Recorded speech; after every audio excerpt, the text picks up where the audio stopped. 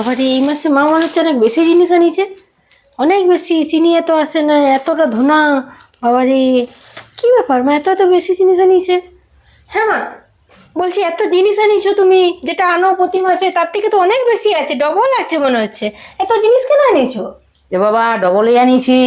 যদি লকডাউন হয়ে যায়, যদি বন্ধ হয়ে যায়, আমার ছেলেপিলা খেতে পাবে নাই।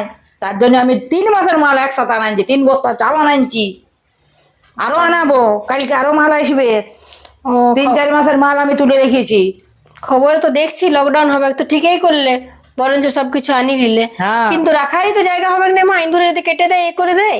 কটা কোটাতে ঢালছি, বাকিগুলো তো অমনি তলিতে বা কোথাও কার্টুনে রাখতে হবে। না, আমি কাল পেটি আনা করাবো বিলটুকু দিয়ে। সব পেটিতে পেটি যতটুকু দরকার ততটুকু বাইর করে রাখবি, হুম। আর বাদ বাকি গুলা সব পেটিতে প্যাক করে রেখে দিবি। যেমন যেমন দরকার হবে তেমন তেমন আনে আনে করবি। ওটাই করব। এখন যেটা হচ্ছে তাহলে আমি তো ওটা ঢেলে রাখছি, বুঝলে। বাকিগুলো যদি তুমি কোনো ব্যবস্থা করো তো করবে, না এখন ভালো করে এই ঘরটাতে রেখে দিতে হবে। এই ঘর তো ইঁদুর ঢুকে নেই, এই হ্যাঁ। ঘরটাই থাকুক। ঠিক আছে, আমি কালকে পেটি আনাবার ব্যবস্থা করছি। শুন, এখন গ্যাস নাই। 3 মাসের কয়লা গুটাও আমি আনি নিলাম, গুড়ি আনা করাইলাম, কয়লা আনা করাইছি, গুটা আনা করাইছি। সব রেডি করে রাখতে হবে।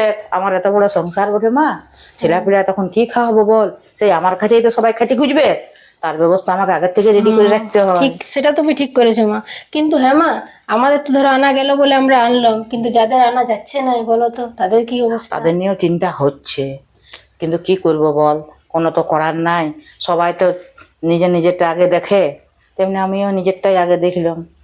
সবারটা তখন ভাববো পরে, এখন নিজেরটা তো বাঁচি। হ্যাঁ, ঠিক আছে, আমি কিছুগুলো খালি করি।